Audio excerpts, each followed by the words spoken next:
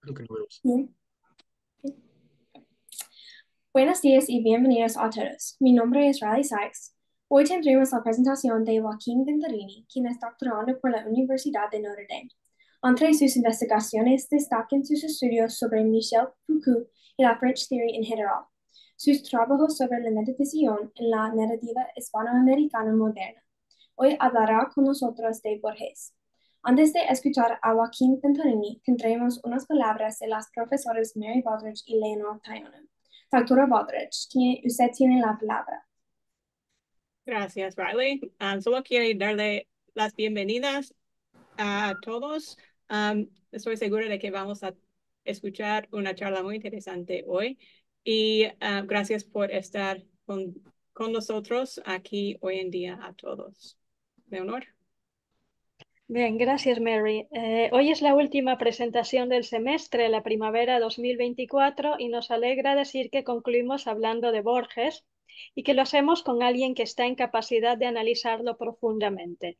Me refiero, como todos sabemos, a Joaquín Venturini Corbellini, cuyas investigaciones entrelazan el psicoanálisis, la antropología y la crítica literaria.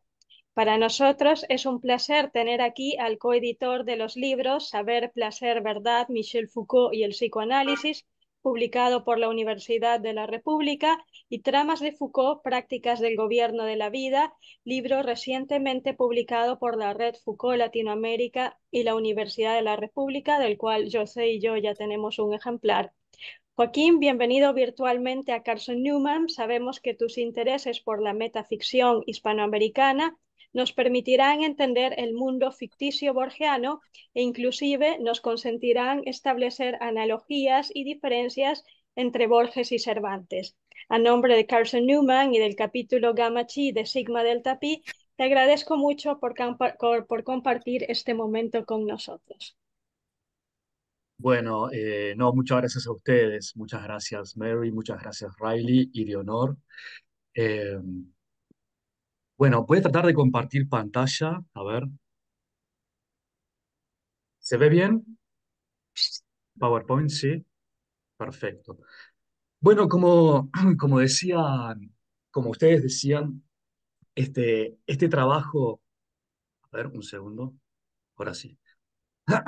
Este trabajo se basa en un artículo que es de próxima aparición en un dossier que compilamos con unos colegas, Matías Larramendi de la Universidad de Michigan, graduate student, y otro graduate student también, Federico Correa de la Universidad de Southern California. Es un dossier sobre literatura contemporánea, neobarroco y literatura contemporánea, básicamente. No es el título exacto del dossier, pero es la temática. Y algunos trabajamos Borges. Y yo particularmente hice un estudio comparativo sobre la metaficción en este cuento borgiano, cómo se produce, cómo se desarrolla, y las operaciones metaficcionales, lo que yo al menos considero, y lo que otros críticos en el pasado han considerado las principales operaciones metaficcionales del Quijote.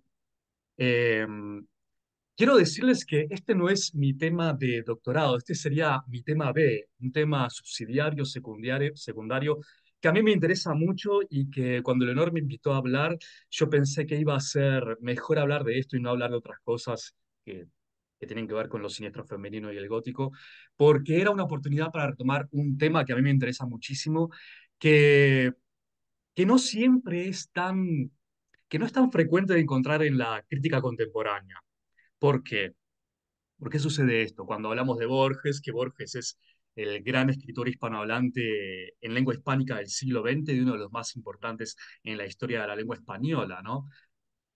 Pero bueno, como decía Beatriz Sarlo en una conferencia por Zoom que dictó en el contexto de la pandemia, Beatriz Sarlo, una crítica argentina, gran especialista en Borges, una de las más importantes referentes vivas en la obra de Borges.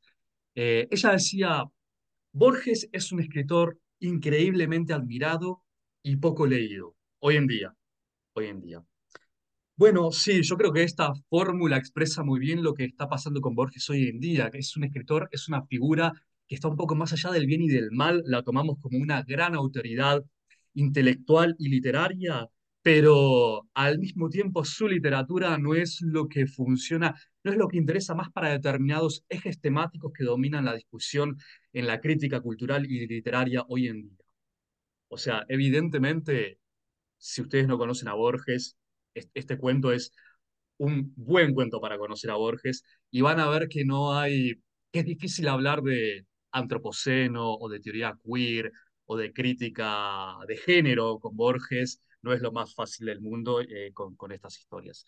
Y sin embargo es importante, es muy importante en la historia de nuestra literatura.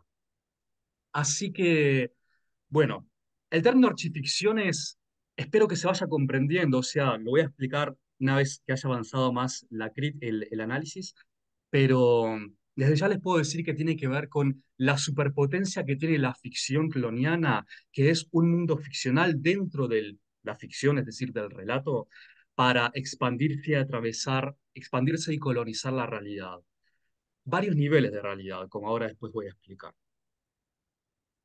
Clone Baror Tertius fue publicado por primera vez en 1940, por primera vez como cuento completo en 1940 en la antología a la literatura fantástica compilada por Bioy Casares, escritor Bioy Casares, amigo de Borges y Silvina Ocampo.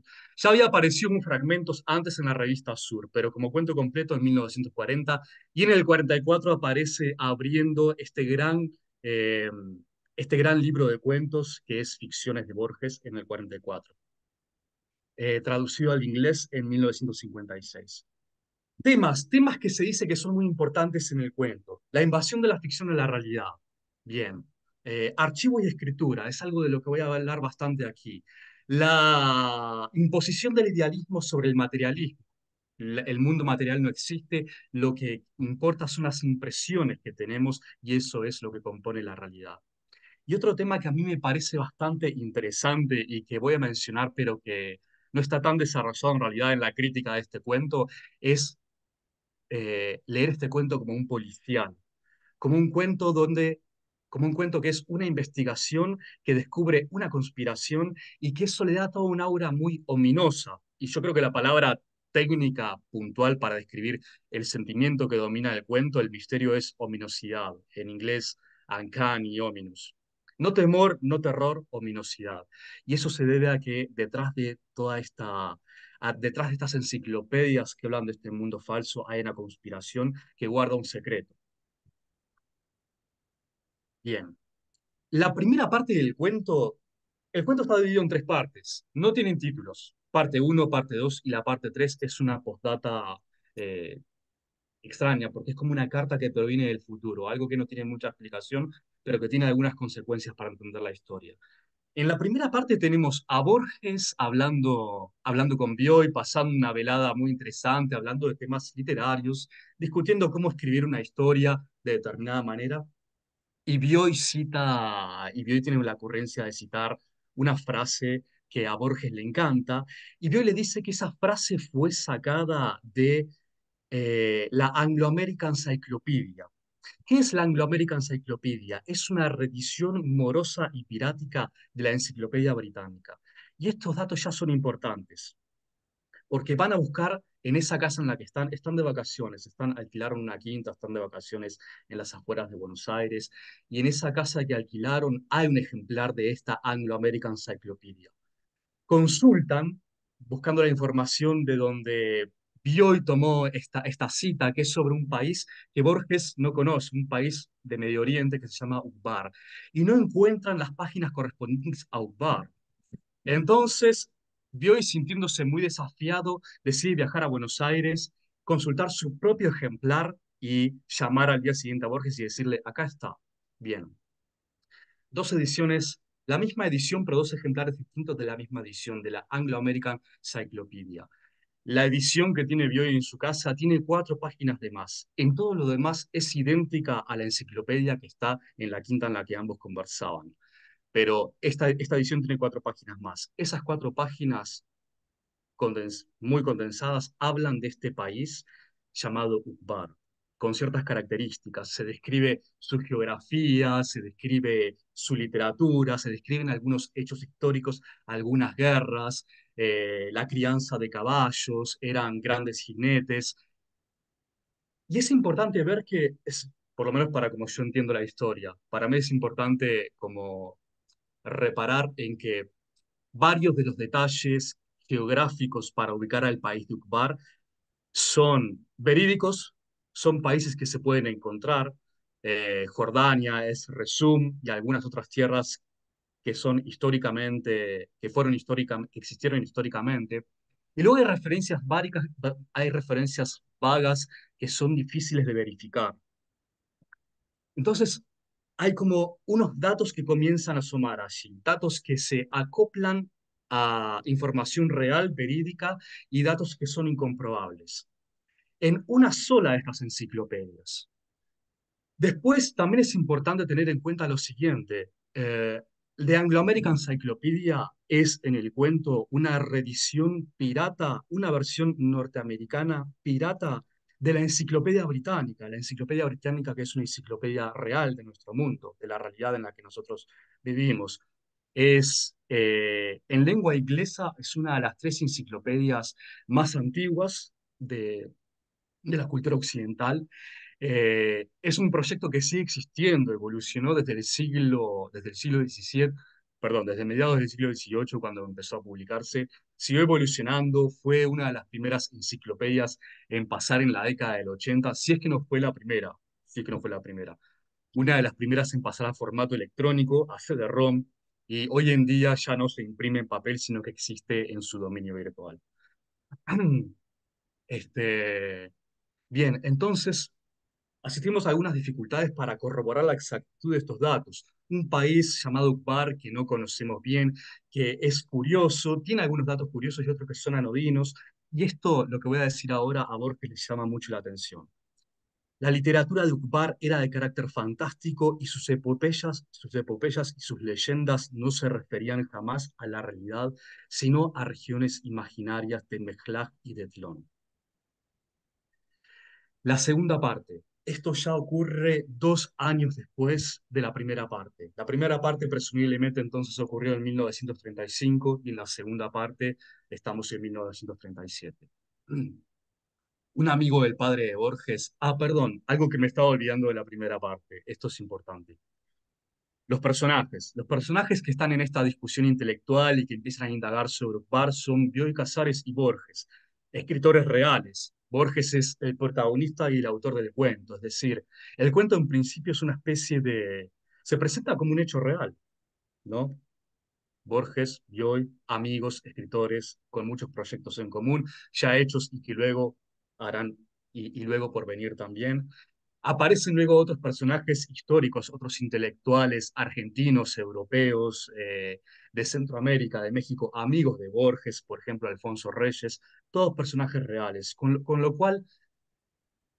cual inferimos, o si entramos en el juego propuesto, en el juego autoficcional propuesto, leemos la historia como un fragmento de realidad, como una especie de, un fragmento de autobiografía de Borges, algo que quiere comunicar, algo que le sucedió. Ya en la segunda parte, entonces, Borges continúa con su fragmento autobiográfico 2 años después. Habla de un tal Herbert Ash, un ingeniero taciturno, callado, misterioso, muy amigo de su padre, dueño del Hotel Adrogué de Buenos Aires, eh, que reside, había muerto hace poco, no recuerdo hace cuánto, hace unas semanas o unos meses, había muerto hace poco y había recibido un paquete sellado y certificado de Brasil, creo que de Europreto era. Por cierto, él era un ingeniero que hablaba poco de su trabajo, pero que viajaba mucho a Inglaterra, hacía trabajos allá de los que hablaba poco y también hacía trabajos en Brasil por encargo de los que también hablaba poco y nada. Así que cuando Borges accede a este paquete sellado y certificado, siente curiosidad, lo abre y bueno, y él dice que queda maravillado por lo que encuentra. Encuentra una enciclopedia que se llama A First Encyclopedia of Tlön, volumen onceno, Clark to Younger, cosa que nunca se va a explicar qué quiere decir realmente. Allí entonces empieza la parte central de esta segunda parte, que es una parte de lecturas, es una sección de lecturas. Hay más descripción de este mundo particular y asombroso que se llama Tlön, que acciones concretas que realizan los personajes de la historia. Bueno, se describen muchas cosas, pero yo voy a centrarme en algunas muy específicas. En el lenguaje, bueno, hay bastante humor en todo esto, me parece a mí. Hay un efecto, hay una comicidad sutil que es parte de la literatura, es parte de la cuentística borgiana, que se aprecia en algunos temas, por ejemplo, en la literatura y en el lenguaje. En el lenguaje, tenemos un lenguaje que impensablemente para nosotros carece de sustantivos. Entonces, eh, los hablantes del tlón nunca pueden referirse, por ejemplo, a la luna. No hay un sustantivo para designar ese astro celeste que con cierta regularidad de noche atraviesa el cielo. Pero sí hay verbos para referirse a la luna y hay adjetivos. Entonces tienen el verbo lunecer o lunar. Y para decir que la luna subió por el cielo, dicen luneció movimiento fluido a través del ruido del río colorido. Bueno, toda una situación que en realidad es gramaticalmente imposible, pero que si seguimos el razonamiento alambicado de Borges, eh, tratamos de seguirlo para ver cómo sería si fuera posible. En la metafísica dice claramente lo siguiente, y es una de las frases más bellas del cuento, en su versión larga. Yo aquí la tengo resumida, muy resumida. Los metafísicos y los filósofos de Tlön no buscan la verosimilitud.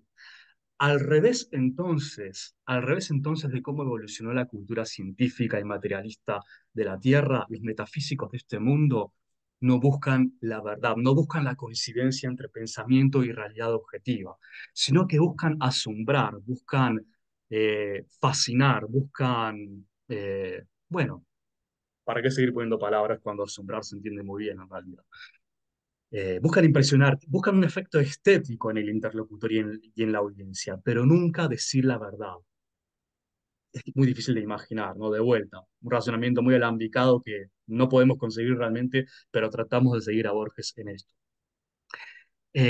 La literatura dice que no existe en la literatura el autor individual, las obras literarias, y en realidad supongo que todas las obras filosóficas también, no están firmadas, sino que simplemente se atribuyen a un autor individual, un autor perdón, a un autor universal y transpersonal, tema muy borgiano también, que aparece mucho en la literatura fantástica, y no solamente en la literatura fantástica, sino en la cuentística en general de Borges, que no interesa tanto el intelecto individual ni las manifestaciones, particularidades de cómo es un sujeto, sino los razonamientos formales que tienen que ver con lo universal.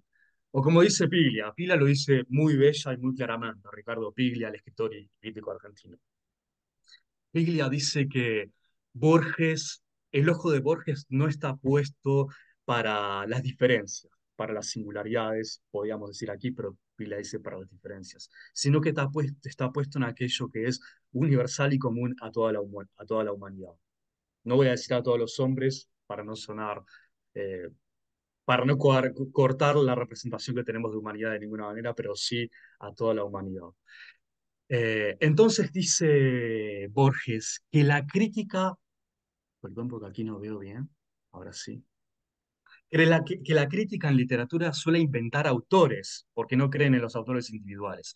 Así que suelen inventarlos. Eligen dos obras muy disímiles y las atribuye a un mismo escritor, y luego determina con probidad la psicología de ese interesante hombre de letras. Lo cual es un poco cómico, ¿no? La gente se pone a pensar, los críticos, los intelectuales, se ponen a pensar, bueno, ¿cómo sería esta persona? ¿Cómo sería una persona que hubiese escrito dos textos tan distintos?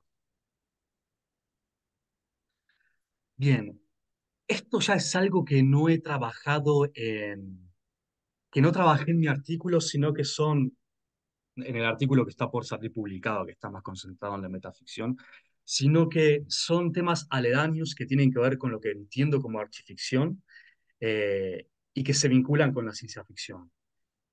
Es un tema fascinante realmente, porque si bien está trabajado, hay mucho más para decir. Y se empezó a trabajar relativamente tarde, porque el primer trabajo importante que se hizo al respecto, y por importante quiero decir rigurosamente completo, es el de Carlos Abraham, que es del 2005.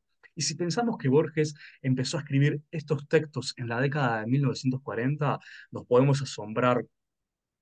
Tranquilamente podemos decir que estamos asombrados de cuánto se tardó en tomarnos en serio la seriedad con la que, valga la redundancia, la seriedad con la que Borges leyó la ciencia ficción. Sí se ha trabajado antes la recepción la recepción del policial por parte de Borges, pero como dice Carlos Abraham, en realidad Borges tenía que hacer menos por dignificar ese género menor al menos en aquella época, y seguramente hoy en día también, ese género menor que era el policial, cuando en realidad ya grandes escritores como Poe y Chesterton lo habían dignificado. Había menos por hacer, menos por oponerse a determinados cánones estéticos para reivindicar el policial.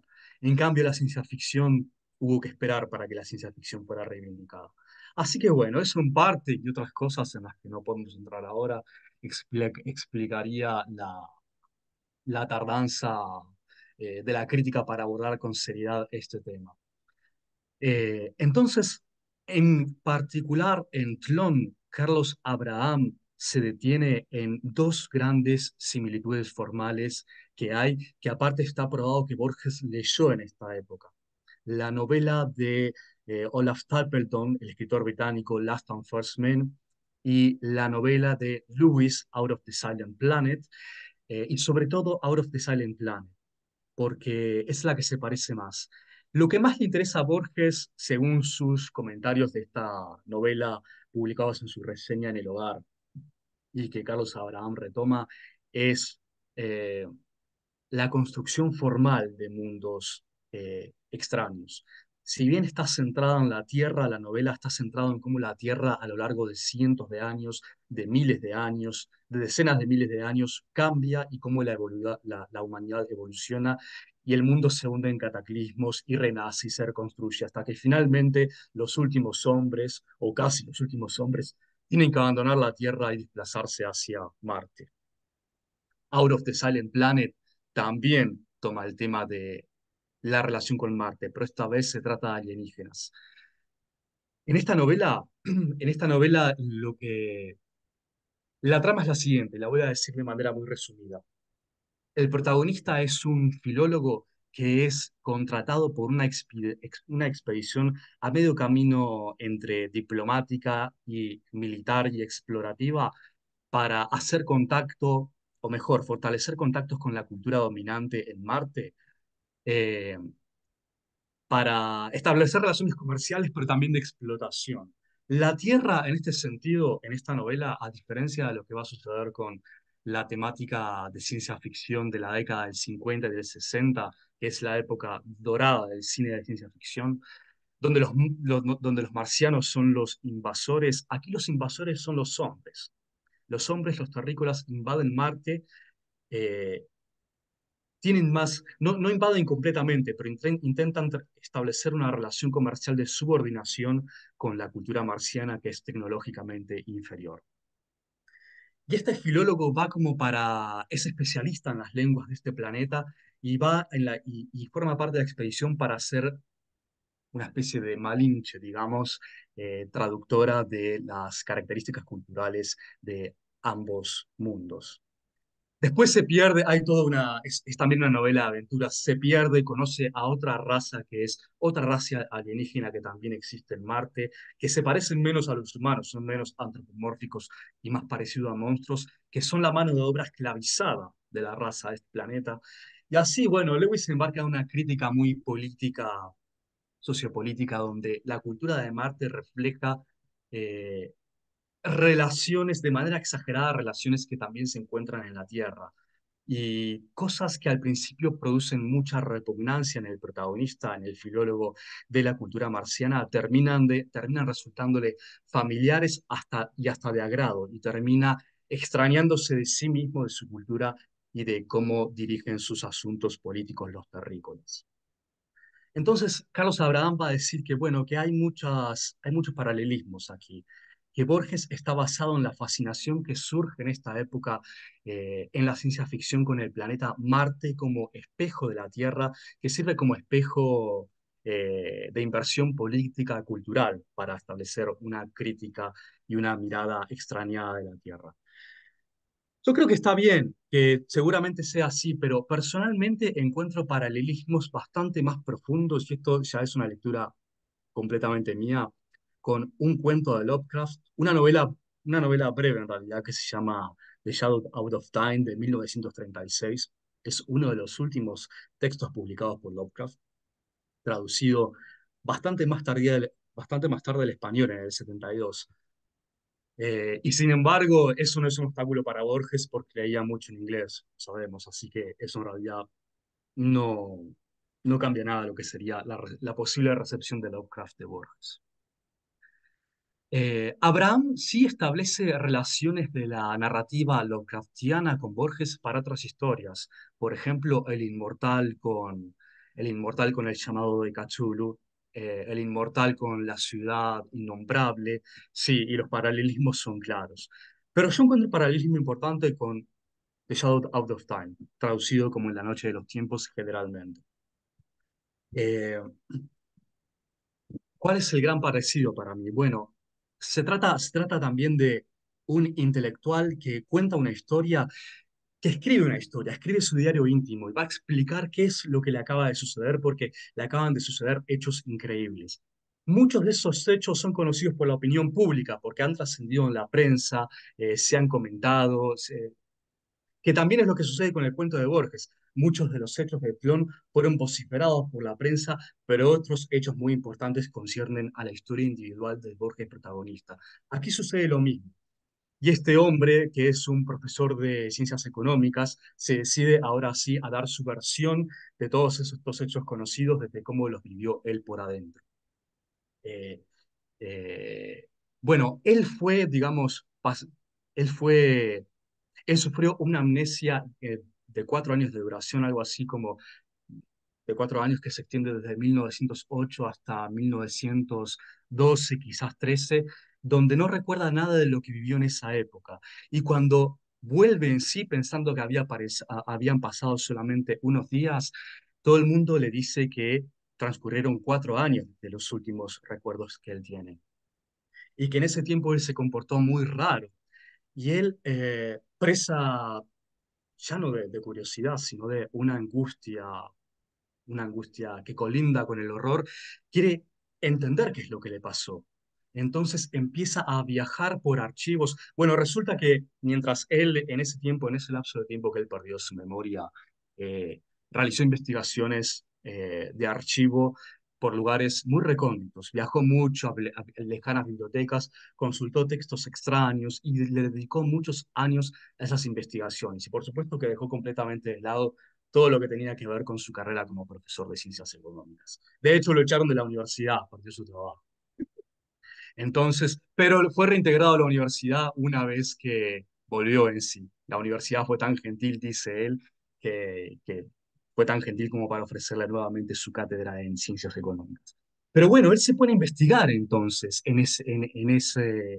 se pone a investigar qué es lo que hizo y gracias al registro de los archivos que tienen su nombre y pueden decir con mucha exactitud qué es lo que consultó, puede reconstruir los intereses que tenía este doble de él, esta otra personalidad, como la llama él en el relato, mi personalidad secundaria. Y bueno, hay textos muy extraños que hablan de mundos perdidos, que hablan de eventos casi no conocidos, que hablan de mitos que no han sido atendidos por la cultura occidental moderna. Y así empieza una investigación con otros colegas. Le escribe a arqueólogos, le escribe a especialistas en antropología, en literatura, para que lo ayuden a entender más qué es todo esto. Y así empieza a reconstruir una historia muy improbable, pero finalmente se prueba que es la historia verídica de lo que está detrás de estos eventos representados en estos relatos, porque al mismo tiempo, a medida que va leyendo qué es lo que hizo su personalidad secundaria, empieza él mismo a recordar qué es lo que pasó, qué es lo que le pasó a él durante ese lapso de tiempo que se ausentó. Y empieza a recordar un mundo extraño, un mundo con plantas enormes, con construcciones gigantescas y ciclopias donde predominan las piedras, eh, un mundo que explícitamente empieza a calificar de jurásico. un mundo gigantesco, dice. No porque haya visto dinosaurios ni criaturas inmensas, excepto a los propios marcianos, que más tardíamente va a recordar cómo son, sino por lo que son las construcciones enormes y las plantas. Esta cultura, este mundo en el que estaba, era un mundo que cultivaba mucho la horticultura y tenían grandes jardines de helechos inmensos que le producían un sentimiento ambiguo entre belleza y espanto. Eh, bueno, entonces, ¿qué es lo que describe, qué es lo que descubre finalmente Nathaniel? Que esta raza de alienígenas está habitando la Tierra desde millones, habita la Tierra hace unos 50 millones de años. Sí, los dinosaurios ya se habían extinto, pero de todos modos, bueno, hay un ambiente jurásico lo suficientemente jurásico para reparar en ello. Este, pero no es una raza de la Tierra, es una raza de alienígenas que proviene del espacio exterior y que vienen viajando en el tiempo. No es un viaje en el tiempo cualquiera, es un viaje en el tiempo que solamente funciona hacia el futuro. Es un viaje de la mente, es una proyección temporal donde son capaces de trasladar sus mentes y su conciencia a razas que viven en el futuro y así se van desplazando en el tiempo millones de años adelante, huyendo de un peligro que no se sabe bien cuál es en el desarrollo de la historia. Un peligro que los acecha a ellos. Y así van sobreviviendo. Y parece que las próximas víctimas de esta invasión son los seres humanos, más o menos en nuestra era, en los siglos que rodean a la modernidad como la conocemos nosotros. Y Nathaniel, el protagonista, fue la víctima de una de esas primeras exploraciones.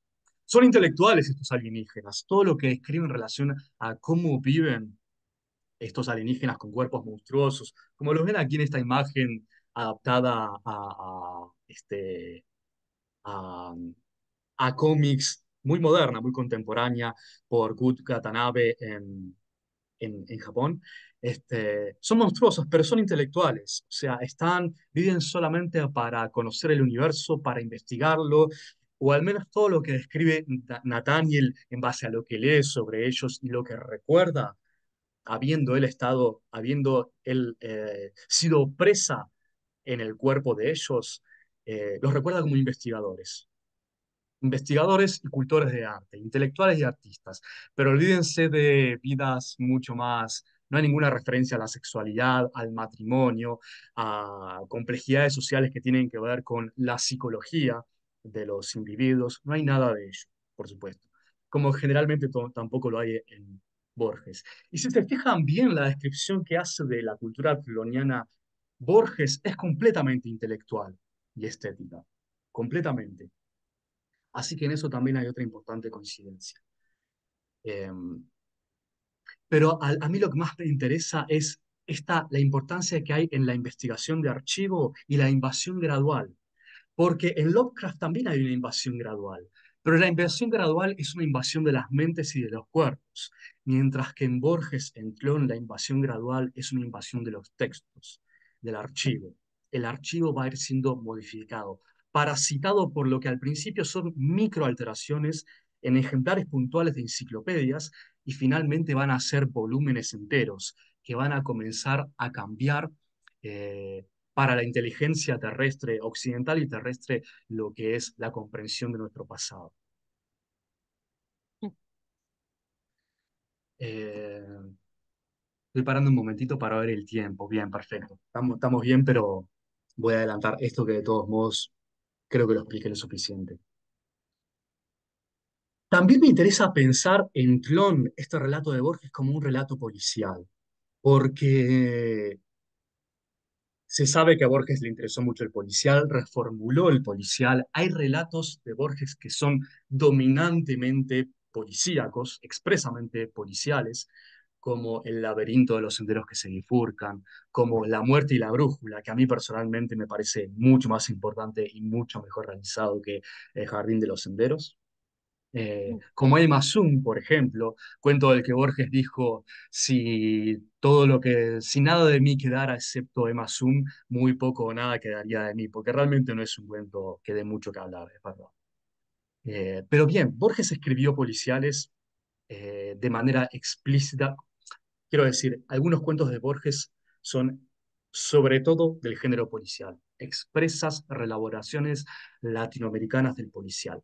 Pero Tlón no se lee como un cuento policial, y sin embargo se lo podría leer. Solamente que aquí no hay un crimen, hay un enigma puramente intelectual. Pero detrás de este enigma intelectual descubren ellos, descubre Borges, con Diego de la Rochelle, con Alfonso Reyes, con Bioy Casares, con Néstor Ibarra, todos intelectuales de la época. Bueno, no había ninguna foto decente, perdón, no decente, no había ninguna foto de Néstor Ibarra, porque hay muchas fotografías del Néstor Ibarra de la generación siguiente, el periodista que murió hace no mucho.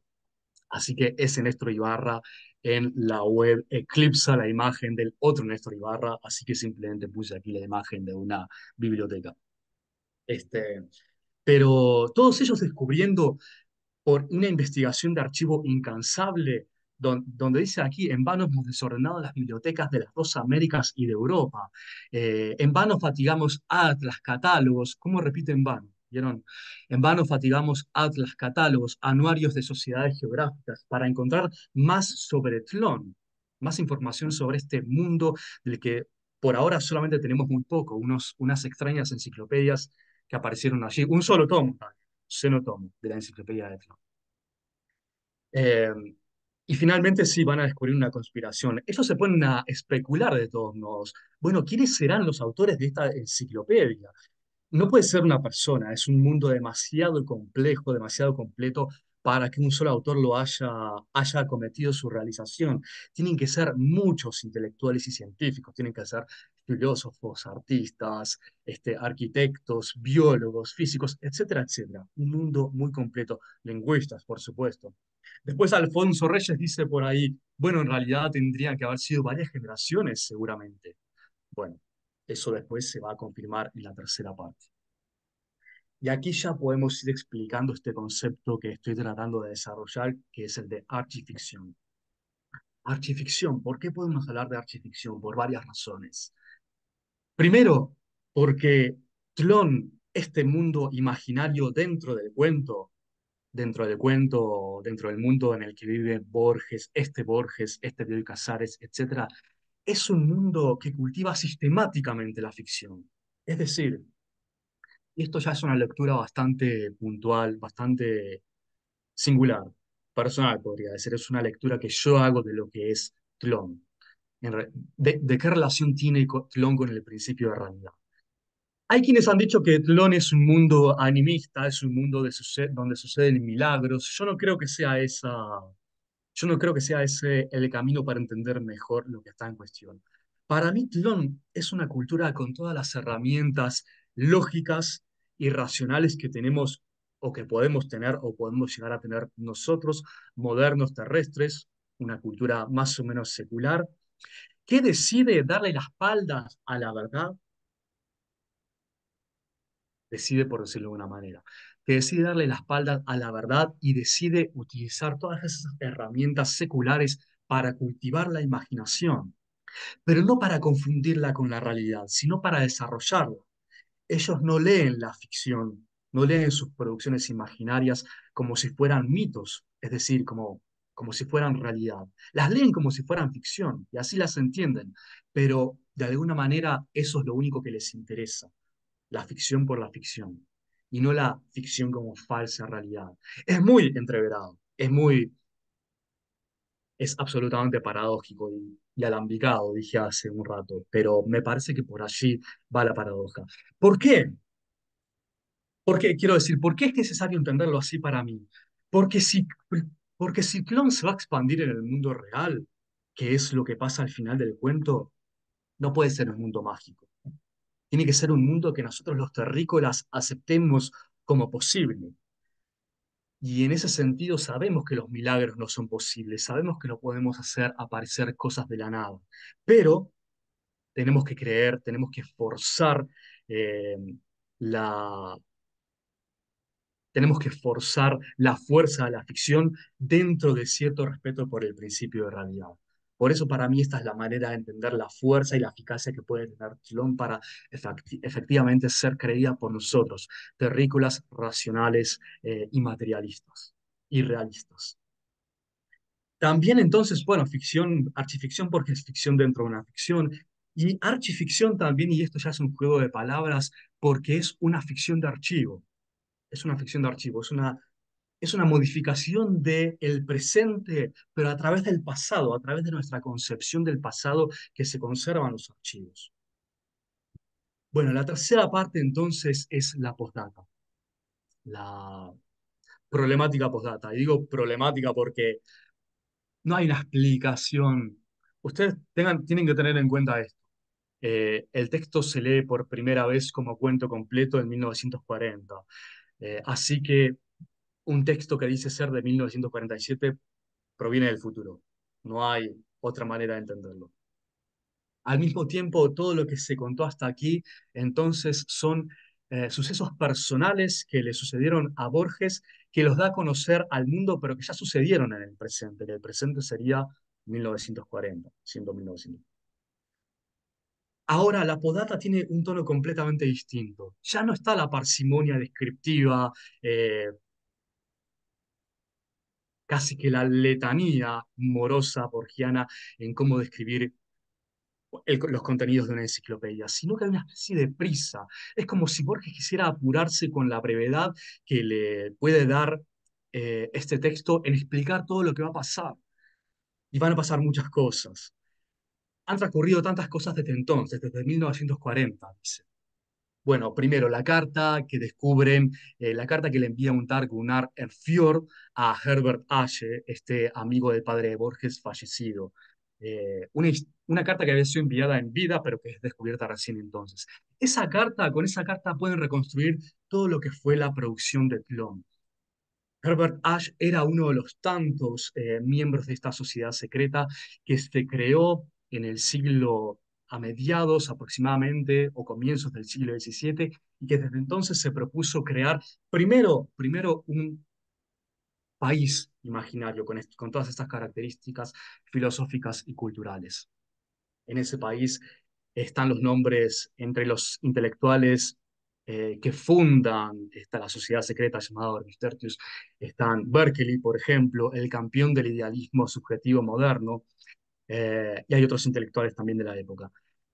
Después, la historia se pierde durante un tiempo y reaparecen ahora ya en Estados Unidos, no en Europa, donde estaban en Inglaterra o a veces en Lucerna, los datos son inespecíficos, reaparecen en Estados Unidos, en el Midwest, donde estamos nosotros aquí, pero más bien cerca de Memphis, parece.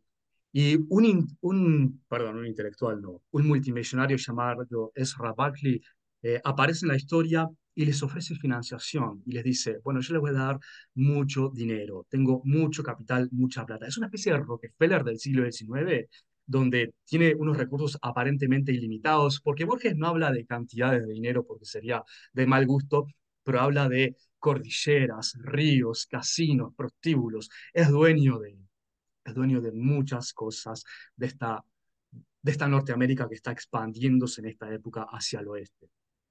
Y les dice, yo les voy a dar todo esto, pero con algunas condiciones. No me voy a meter ahora en las condiciones, en las varias condiciones. La más importante es que ya no va a ser solamente un país. Es ridículo, dice él, los ridiculiza, se ríe de ellos por la la nimiedad de esta pretensión. Nosotros aquí en Estados Unidos estamos inventando un país de la nada, básicamente. No les dice esto textualmente, pero es la idea. Creemos entonces, inventemos un planeta entero. Y con la plata de este hombre y con toda la inteligencia de la sociedad se abocan a ello. 4 años después muere misteriosamente este hombre. Borges nos da a entender que lo asesinaron los miembros de la secta para quedarse con sus recursos y hacer lo que más o menos les plazca. Pero cumplen con esto. Se va a tratar no de un país, sino de un planeta entero. Entonces, bueno, podemos ir terminando, pero lo principal, lo principal aquí es que, bueno, empiezan a surgir muchas enciclopedias, más empiezan a aparecer, y dice Borges, muchas más van a aparecer también en lo que sigue. El mundo será Tlón, el planeta, el idioma de Tlón ya se está enseñando en las escuelas hacia 1947, eh, y han aparecido muchas más cosas, no solamente enciclopedias, sino objetos. Y como Borges trabaja con el understatement, siempre dice menos para que se entienda más, los podemos imaginar muy fácilmente también de que aparece ya no solamente material de archivo escrito, sino ruinas arqueológicas, nuevos materiales, nueva cultura material, monumento y un monumento falso plantado en lugares estratégicos en el planeta para que creamos que hubo culturas perdidas, antiguas, que tuvieron contacto con la civilización de Tlón y que aprendieron mucho de ellos. Eh, la, mm, entonces, digo esto y con esto termino y lo demás lo podemos dejar para comentarios. Eh, es muy ambivalente es muy ambivalente el modo que tiene Borges la evaluación que hace Borges de todo esto, porque quiere denunciar el proceso, quiere que se conozca la verdad y al mismo tiempo termina diciendo, bueno, pero no importa. Si la humanidad pudo creer en el socialismo, dice, si pudo creer en el antisemitismo y otros tantos sistemas improbables, ¿por qué no creer en Tlón? El laberinto de Tlón está al menos compuesto para los hombres, está hecho para el espíritu de los hombres, mientras que otros tantos laberintos en los que hemos vivido no están hechos para nosotros. Pero también, y esto también es una lectura muy específica, es una lectura que no he encontrado en ningún otro crítico que hago yo, es que me parece que Borges está sugiriendo que no hay mucho de lo que alarmarse porque esta conspiración para modificar el pasado pudo haber sucedido incontables veces. Muchas conspiraciones, o sea, si esto sucede una vez, no hay por qué pensar que no sucedió muchas veces y toda la historia que nosotros consideramos verídica, los romanos, los griegos, las civilizaciones americanas, asiáticas, no hay por qué, no hay razón para pensar que todo eso también fue inventado en algún momento antes y que quizás todo haya sido o mucho haya sido producto de ciclos interminables de conspiraciones que alteraron el archivo con ficciones. ¿Y por qué pienso esto? Porque dice aquí, ya he penetrado en las escuelas el conjetural idioma primitivo de Tlón. Ya la enseñanza de su historia armoniosa y llena de episodios conmovedores ha obliterado a la que presidió mi niñez. Ya en las memorias un pasado ficticio ocupa el sitio de otro, del que nada sabemos con certidumbre, ni siquiera que es falso. O sea, ya no podemos saber qué es verdadero y falso en el archivo que tenemos. Así que me parece que es como posible para parte interesante entenderlo de esta manera. Eh, y bueno, nada, dejaría por aquí. Dejaría por aquí, ya me parece que hablé suficiente y lo demás lo podemos retomar en las preguntas, si es que tienen preguntas. Así que espero que sí, no sé, espero que sí. Así que bueno, Leonor, nada, si te parece. Bien, perfecto, Joaquín. Estuvo muy bien, estuvo muy rica como presentación, así que gracias por eso. Gracias por tu generosidad. ¿Tenemos preguntas? ¿Alguien quiere hacer alguna pregunta? Perdón, estoy tratando de quitar. Tienes que ¿Por qué hacer se stop puede? share. Sí. Sí. Ah, stop Um, share, aquí, perdón, sí, ahora Ahora, sí, claro. ahora sí estamos. Entonces, ¿tenemos preguntas? Bien, María. es como has estudiado a Borges tanto, entonces tienes menos pesimismo ahora en el tiempo de AI y toda la ficcionalización de la historia que estamos experimentando. ¿Tienes un sentido de optimismo o uno más de paranoia, como tal vez haya sufrido Borges y lo Mm, ha aliviado con sus ficciones? ujú. Sí. eh, bueno, gracias por tu pregunta. Es una pregunta difícil porque ya pasamos a la realidad sociopolítica contemporánea y yo estoy tratando de no usar a Borges para pensar asuntos directamente políticos y culturales de nuestra era. Aunque sí, por supuesto que se puede hacer y quizás debería ocuparme en hacerlo. No, desde el punto de vista político no soy optimista. Ujú. Con, supongo que te referís a la cultura de las fake news y, y fenómenos aledaños, pero no, no soy optimista para nada con ello, para nada, para nada. Yo creo que Borges es optimista. Quizás Borges podría ser optimista con esto, pero tampoco lo creo, tampoco lo creo. Eh, Tengo ciertas dificultades igual eso, para aplicar el cuento, para aplicar la dimensión estética del cuento, los problemas estéticos que suscita el cuento a un análisis político directamente, sí. Así que, mira, si me dejas pensarlo, quizás pueda responderte más tarde o en otro momento podemos seguir conversando para pensar. Muy bien, tenemos a Elena Corbellini, de quien hemos oído hablar maravillas, así que Elena tiene... Bueno, muchas gracias, Leonor. Joaquín, simplemente, si las crónicas marcianas de Ray Bradbury no entrarían en estas conexiones que hiciste, es posterior al cuento, pero él las prologó. Y de golpe se me ocurrió si esa gran simpatía por Bradbury no viene de la mano de su propio cuento, es como, no sé. Sí, sí, claro, claro. Él las prologó, es más tardía, pero el 59. interés de Borges, pero lo que está claro es que el interés de Borges por la ciencia ficción es anterior a Ray Bradbury, y sin embargo, un Ray Bradbury también está claro que alcanza su máxima expresión apreciativa por parte de Borges. O sea, en el prólogo le depara palabras muy elogiosas. De hecho, lo considera el heredero de la imaginación de Poe, mientras que aprovecha el prólogo para deplorar el estilo de Lovecraft. Porque lo que sí es más problemático es la relación de Borges con Lovecraft. También está bastante estudiado y es un tema muy contemporáneo. Eh, Recién al final de su vida, Borges expresó vivamente, después de haber escrito un cuento en homenaje a Borges, que es There Are More Things, en el libro de Arena, en el 75. Y después de eso, recién se animó a decir en algunas entrevistas, pienso en la última, en la que menciona a Lovecraft, en el 79, con la de Thoreau, un crítico norteamericano, cuando dice Lovecraft eh, tiene tramas estupendas, pero su estilo es atroz. ¿Entendés?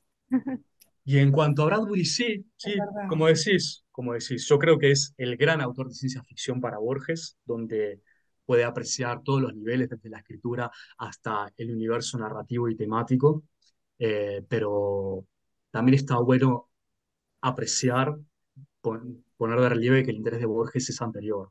Ujú, sí. Claro. Y seguramente descubre en Bradbury un autor que le permite ser mucho más explícito, mucho más directo con su propio interés por la ciencia ficción. Un género tan menor en esa época y hoy en día también. Claro, muy bien. Muy bien. Gracias. Tenemos a Santiago Navarrete que está alzando la mano. Santiago, ¿tienes una pregunta?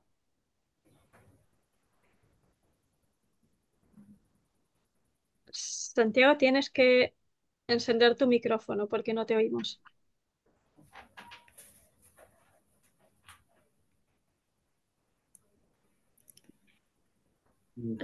Ahora sí, me parece. No. Santiago, tienes que encender el micrófono. Bueno, Vamos ahora. vamos a otra pregunta, quizás si Santiago va a poder hablar después. Vamos a otra pregunta. Si alguien tiene una pregunta, si no, yo tengo una pregunta molestosa. Sí. Vale. Hola, perdón. Ahora sí, Santiago. Lo siento mucho. Tuve un par de problemas técnicos en ese momento. Eh, sí, quería preguntarle a Joaquín sobre como la ausencia de una, ¿cómo decirlo? Como de una indagación en el mundo psicológico y emocional de estos personajes Ujú, en este periodo, porque pensaba como la ciencia ficción y actualmente este tipo de textos se han convertido en una especie de espacio de tipo de narrativas que permiten experimentar sobre mundos utópicos o distópicos para otras formas de pensar, qué sé yo, la forma de amar o la forma de generar familias o la manera en la que se estructura la sociedad. ujú, Y en la ciencia ficción contemporánea creo que es muy evidente eso, esa búsqueda y ese deseo por encontrar o pensar o imaginar otros mundos posibles en donde la psicología de los personajes es fundamental. Entonces quería saber tú cómo ves o por qué crees que la decisión, porque en el momento en que se escriben estos textos ya existe una tradición literaria sobre la psicología de los personajes, por ejemplo. totalmente, totalmente. Entonces, ¿por qué, o ¿sabes? Como esa omisión o ese deseo por no hablar de este aspecto y enfocarlo únicamente en una dimensión intelectual o pensar en estos seres ficcionales como criaturas totalmente intelectuales. O sea, tú lo ves como, ¿cómo decirlo? Como un gesto que permite cosas o es una cosa o es deliberadamente un deseo por censurar ciertos elementos en este tipo de narrativas o por qué crees que ocurre eso. Ujú, ujú. Sí, sí, totalmente, ¿no? Claramente es parte de la estética borgiana tomar estas decisiones, y no solamente en textos fantásticos y de ciencia ficción. En realidad, Borges, en general, en toda su narrativa, suprime lo que son las pasiones más singulares, suprime los arrebatos. Pero por ser más específico con tu pregunta y la relación con la ciencia ficción, bueno, no, déjame que te responda con algo que Borges discutió más explícitamente, y donde este mismo problema se observa, pero en otro género, que es en el policial. A Borges le interesa muchísimo y rescata el policial, el primer policial, la literatura de enigma, como la llama él, de Poe y de Chesterton, de la segunda mitad del siglo XIX y de comienzos del siglo XX.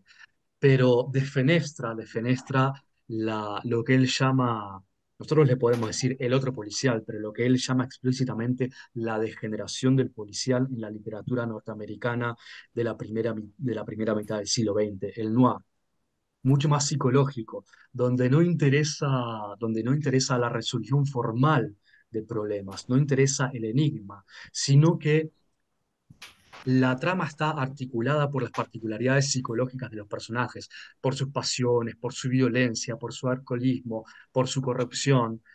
Eh, yo sospecho que Borges pudo pensar o sentir algo así como, bueno, ¿qué importa todo esto?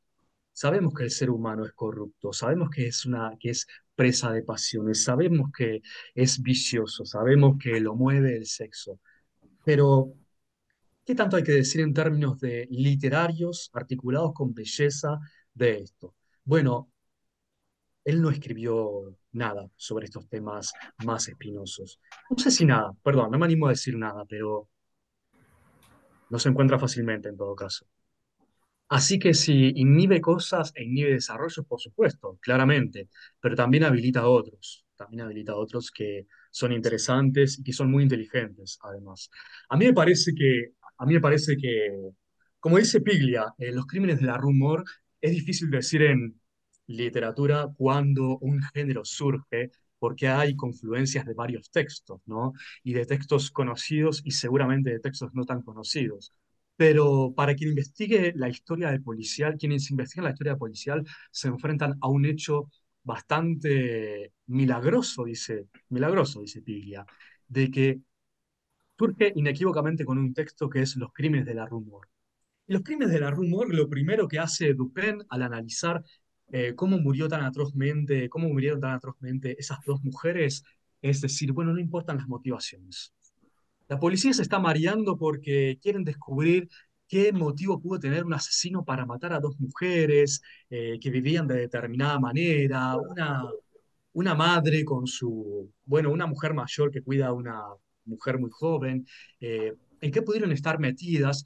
Y Dupin dice, bueno, no, todo esto no importa, no se confundan más, aquí lo que importa es primero la evidencia física y vamos a ver qué nos dice la evidencia física. Y así deduce, bueno, que se tuvo que tratar de un simio que subió por eh, el balcón, que trepó, la fuerza descomunal con la que la mete a la señora mayor y la atasca en la chimenea, no pudo ser un ser humano, tuvo que ser un gran primate. Así que, bueno, sí, se pierden cosas, pero se habilitan otras, sin duda. Muy bien. Vamos a Mary y después a Eduardo, que tienen preguntas. Mary.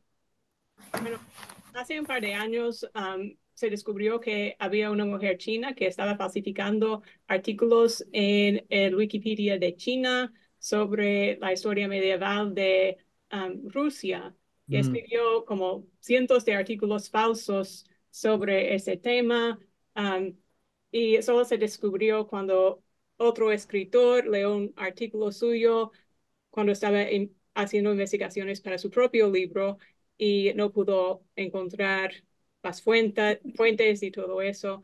Y se me ocurrió que eso sería casi una versión del siglo XXI de lo que vemos en este Sí, cuento y de Interesante. que esa idea de borrar las líneas entre la realidad y la fantasía claro. puede llevar hoy en día especialmente a miles de teorías de conspiración Mm. y creo que la proliferación de textos digitales tal vez ayuda en eso. Totalmente, Entonces, totalmente. um, Sí. no sé si tengo una pregunta, pero pensaba que era una interesante um, Reflexión. Totalmente. No, no, me encanta que lo hayas traído. Yo, de hecho, en lo que era el borrador de esta presentación, pensaba comenzar con algunas referencias sobre la importancia que ha adquirido en la modernidad el archivo para nuestra cultura en la modernidad, desde la invención de la imprenta, pero sobre todo hoy en día con la cultura virtual estamos produciendo archivo. Lo que se estima que cada 2 días en el planeta se duplica el archivo de lo que fue de lo que es la historia conocida de la humanidad hasta, bueno, desde épocas muy tempranas, prehistóricas seguramente, o históricas, mejor dicho, hasta el comienzo del siglo XXI.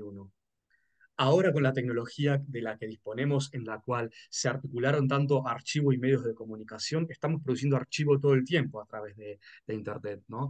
Bueno, cada 2 días se duplica esa cantidad de información, o sea que sí, es capital en realidad para entender nuestra contemporaneidad y lo fácil que puede ser falsificar para algunas personas muy hábiles, obviamente, no para mí, no para mí. Este, fuentes e informaciones y hechos, ¿no? Sí. No conocía este hecho, te agradezco que me lo menciones. Es muy interesante, muy interesante. Eh, Es porque aquí en Carson Newman estamos a la vanguardia. Sí, ¿has visto? Estoy bromeando. Vale. Eduardo y después María y después seguimos. Eduardo. Muchas gracias por tu presentación, Joaquín. Yo creo que una de las pocas cosas que yo disfruto más que leer a Borges es escuchar gente hablando de Borges. Y esta presentación me resultó muy iluminadora. En un momento dijiste que no querías entrar en el terreno político contemporáneo, pero siento que afortunadamente te estamos llevando por la fuerza poco a poco hacia allá y yo voy a seguir contribuyendo en ese sentido. Primero, con la intervención de la profesora Mary, me acordé de otro dato curioso que no pertenece a las tecnologías contemporáneas, sino la bisagra entre la ilustración y el romanticismo y el alba de la segunda modernidad industrial, Ujú. que es ¿cómo llamarlo? El bulo, el megabulo, el archibulo de Tartaria, que es una región absolutamente imaginaria, inexistente, que se supone que estaba en Eurasia, entre Mongolia y Rusia, por esa zona, y que los autores más serios, o sea, Humboldt, ahorita pienso Humboldt, por ejemplo, y muchísimos otros, hablaban de la Tartaria con una propiedad, bueno, como si hay toda una literatura, de alguna manera Tartaria es un hecho concreto, ubicable de un Ukbar, ¿no? ¿Mm? Y al mismo tiempo de un clon. Pensaba también, o sea, como en otra, así todo, como nos estamos yendo hacia Rusia, también apareció entonces, creo que en el mismo espíritu de esta, digo, yo lo relaciono un poco con esta idea de reinventar el pasado de esta China, ¿no? En esa zona BRICS existe una teoría de la conspiración en Rusia que dice que la Tartaria sí existió, pero que la ocultaron, ¿no? Que la destruyeron. Entonces eso me parece como un ejemplo concreto Muy de bueno. que lo que tú propones al final de tu presentación, que me pareció extraordinario, es algo muy, muy verificable, digamos que el fenómeno clon Ukbar ha ocurrido varias veces, ¿no? Y cuando él pone al final ese guiño ideológico, claro, no, mira, por ejemplo, el socialismo y el nazismo son está pulsando esa tecla. Entonces, eso me hizo recordar, disculpa que es que me alborotó mucho la cabeza, ya voy a llegar a la pregunta. Otra referencia literaria que tiene que ver con lo político, que es George Orwell, ¿no? Y el Ministerio de la Verdad, que plantea un poco este mismo principio. Entonces, dadas estas referencias específicamente literarias y contemporáneas o anteriores a Borges, voy a insistir en la pregunta. ¿No podrías considerar que hay, o sea, que podría existir una lectura, no sé si reaccionaria, pero compatible con la retórica reaccionaria o de la nueva derecha de este cuento? Cuando yo escuchaba tu cita de el mundo será clon, ¿no? Y esta especie de neolengua que se está enseñando en los colegios, digamos, podría muy fácilmente un teórico de la nueva derecha decir, bueno, claro, esto es la ideología de género, esto es el marxismo cultural. Y bueno, dadas las afiliaciones de Borges, que no fueron anecdóticas ni superficiales, sino explícitas, incluso en el prólogo a uno de sus libros de cuento, Sí, sí. él se posiciona. No sé, quisiera como insistir en esa posible lectura política, digamos, más situada en el contexto de él, ¿no? Que es el inicio y de ese cuento, que es el inicio de la Guerra Fría y su ubicación en el campo cultural latinoamericano como un intelectual de derecha cuando eso era realmente estaba a contracorriente, ¿no? No existía una derecha cool como existe ahora. No, sí, sí. O sea, la posición política de Borges no es una discusión para nadie en términos generales. Es un intelectual de derecha, es un intelectual de derecha. Eh, Ahora, yo lo que no entiendo, a lo que no le veo tanta utilidad es a encontrar mensajes políticos en su literatura. Y hablando específicamente de Tlón. Digamos que, a ver, si tú decís el lenguaje de Tlón puede ser el lenguaje, no dijiste posmoderno, pero permitime agregar posmoderno. Posmoderno de la izquierda woke, eh, de las singularidades y minorías. Pero él no celebra, pero acepta con plácida resignación el personaje de Borges, protagonista, lo que está sucediendo, la invasión de Tlón. Entonces, ¿cuál es la posición política? ¿Por qué? O sea, creo que es mucho más interesante entender qué es Tlón para nosotros en términos, como él los propone más explícitamente, en términos culturales, intelectuales, estéticos, y después a partir de ahí ver con cuidado, pero traducir este tipo de cuentista, este tipo de narrativa a querer deducir, querer encontrar mensajes políticos, no le veo la utilidad. No le veo la utilidad. Y en cuanto a eso, en cuanto a la posición de política de Borges, conservador.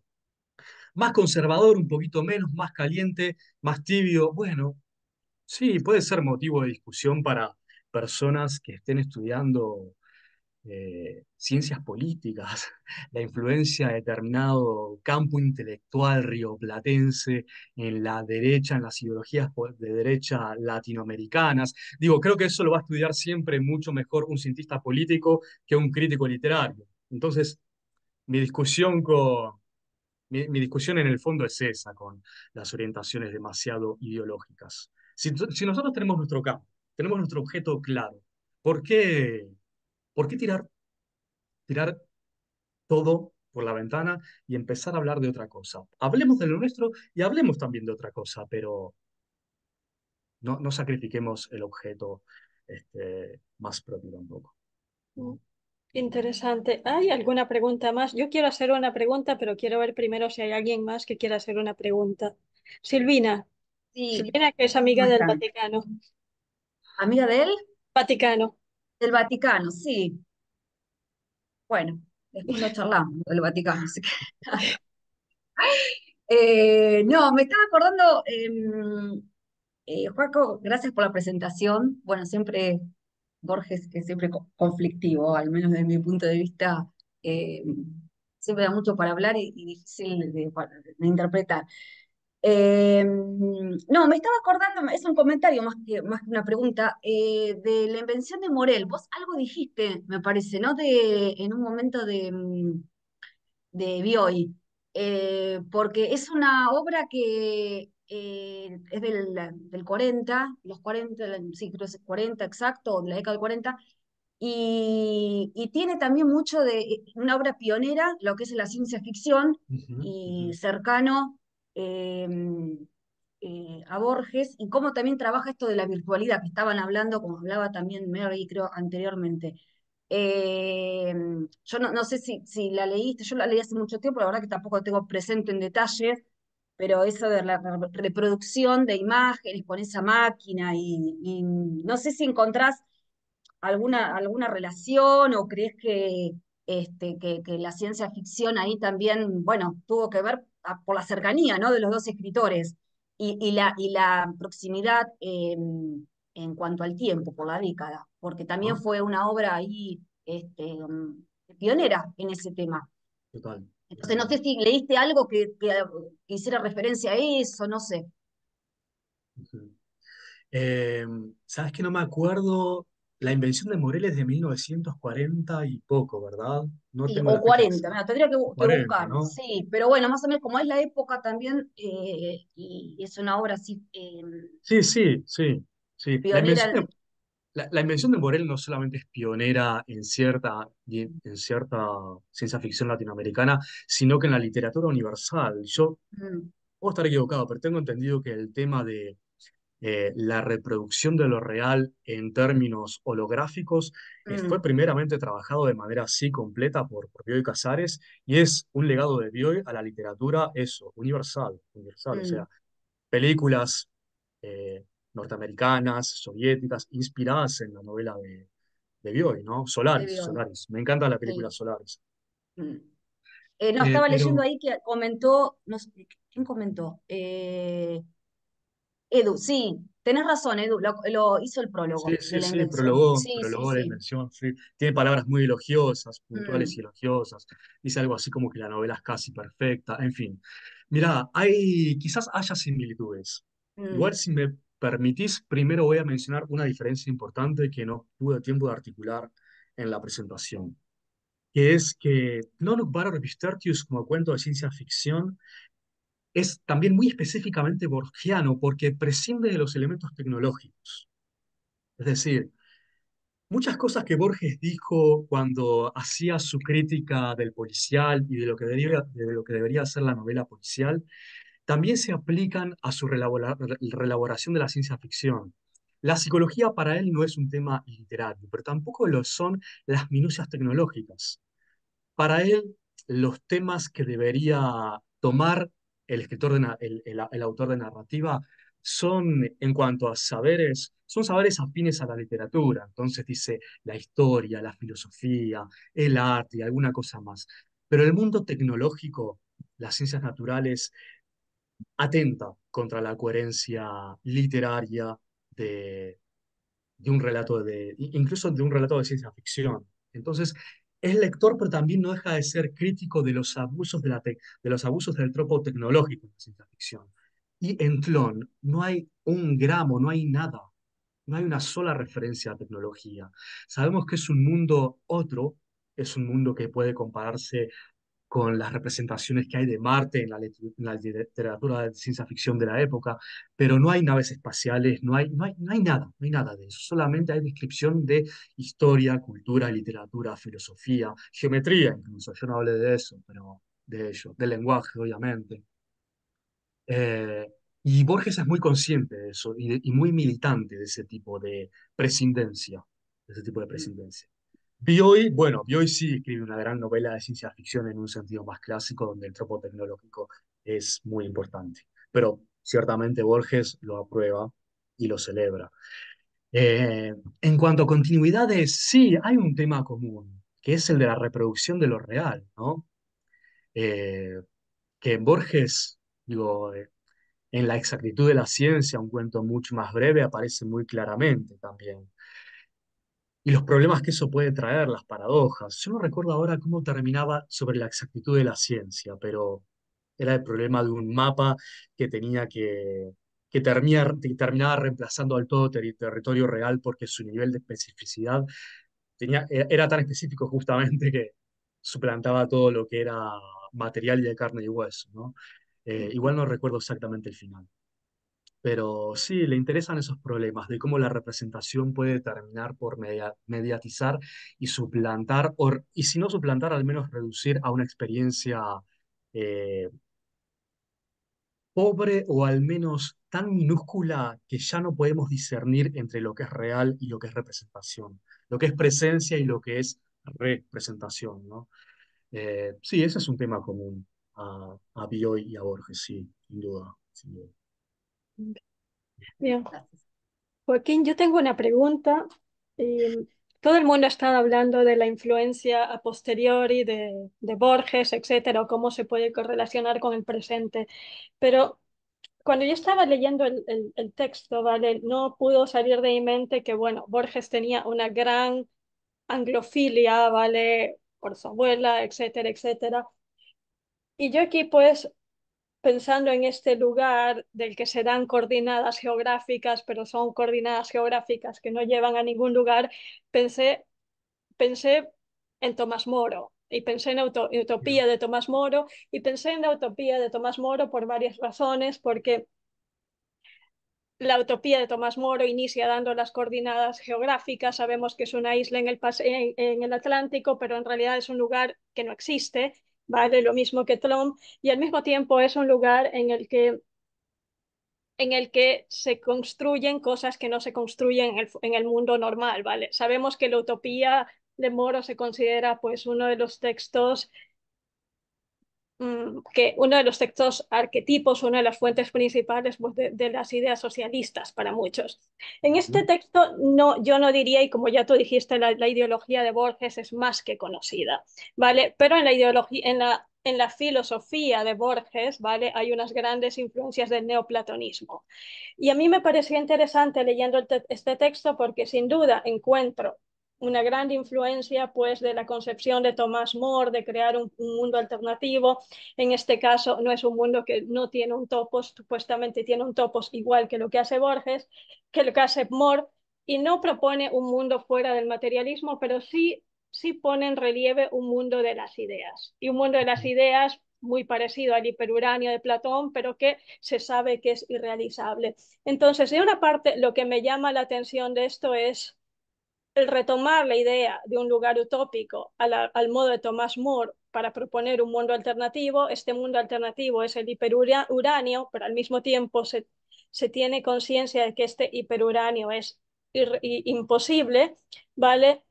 Además, se introducen arquetipos típicos de Borges, el espejo, los libros, la manipulación de los libros, la biblioteca, el archivo, como tú lo has hablado, pero esto se lo conecta con algo que ya está en More y que está igual en toda la literatura del siglo XVII, que es el concepto de vanitas, ¿vale? Y se usa muy a menudo, por ejemplo, palabras como en vano, falso, mentira, Ah, etcétera. sí. Lo que me pareció interesante es relacionar los arquetipos del espejo de la biblioteca con el concepto de vanitas, ¿vale? Y también con el concepto de doctrinas, pero doctrinas que en realidad no producen nada, ¿vale? Y finalmente me llamó la atención pues la cuestión del Urbis Tertius, del Urbis Tertius, que es ambiguo porque podría ser un tercer mundo o un mundo tercero, Sí. ¿vale? Pero que también se asocia con conceptos contra los que Tomás Moro pues en cierto modo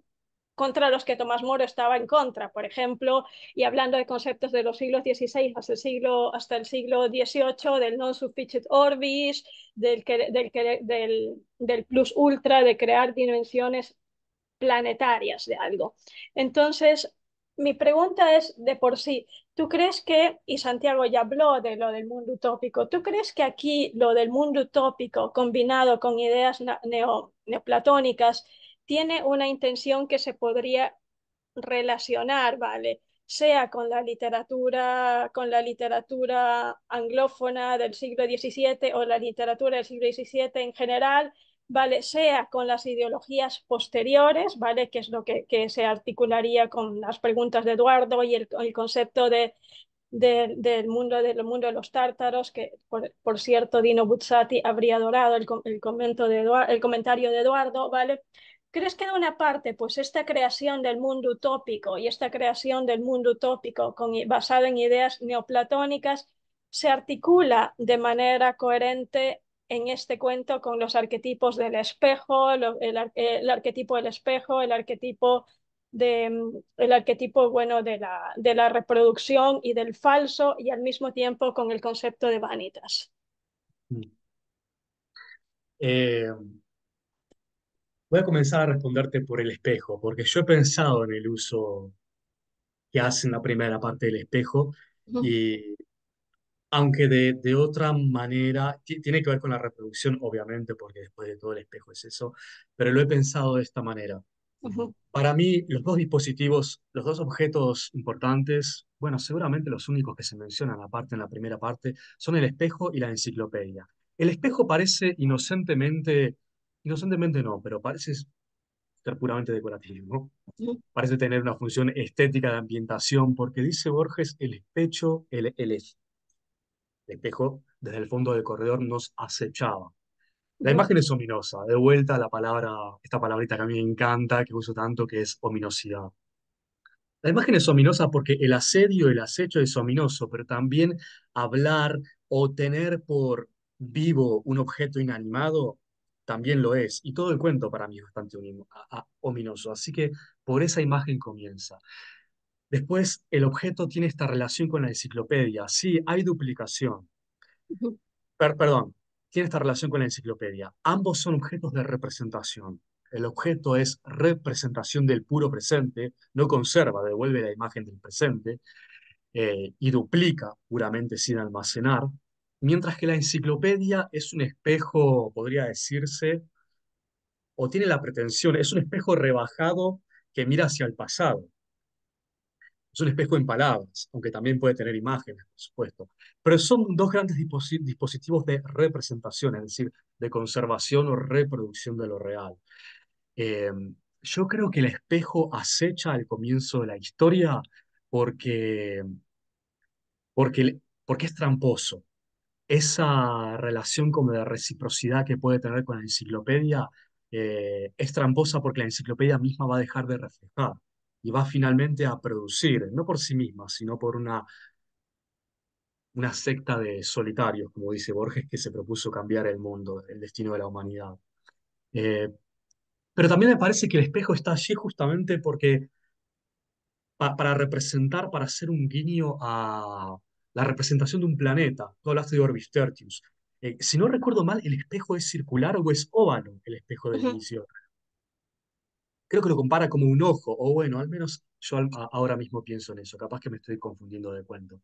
Pero eso ya también es un guiño ya a la forma de un planeta, al óvalo que encuentra en la portada de la enciclopedia, del onceavo tomo de la enciclopedia de Tlön, un óvalo azul, que dice Orbis Tertius, que es el nombre de la secta, pero también hace referencia, seguramente, todo esto es motivo de especulación, no está explicado, pero seguramente hace referencia a la Tierra misma. La Tierra es el tercer planeta frente al Sol. Eh, es decir, que Tlön sea la Tierra, como que el destino de la Tierra sea volverse Tlön, que Tlön sea el tercer planeta, que tenga relación con utopías, las utopías de la especulación filosófica política de comienzos de la modernidad, particularmente inglesas, me parece obviamente eh, súper probable, o sea, probable y seguramente sea así además. Sí, sí, sí. Creo que con esto no respondí del todo. Tu pregunta fue larga y se me escapan ahora algunos detalles de la pregunta. Pero creo que eso es más fundamentalmente lo que tengo para decir, Leonor. Ujú. Vale, no, sí le respondiste, porque en realidad yo estaba dando círculos, pero tú fuiste directamente al punto que responde a mi pregunta, así que gracias. Bueno, yo creo que eso es todo, nos hemos pasado con algunos minutos, entonces yo creo que vamos a concluir. Gracias, Joaquín, por estar aquí. No, gracias a ustedes. Muchas gracias por la invitación. Vale, así que esperamos tenerte de vuelta muy pronto. Nos Bueno, vemos sería un entonces. placer, un placer. Gracias a ustedes y gracias a todos los colegas y amigos que se conectaron. Muchas gracias. Vale, Adiós. hasta la próxima. Hasta la Gracias, próxima. adiós. Chau, chau.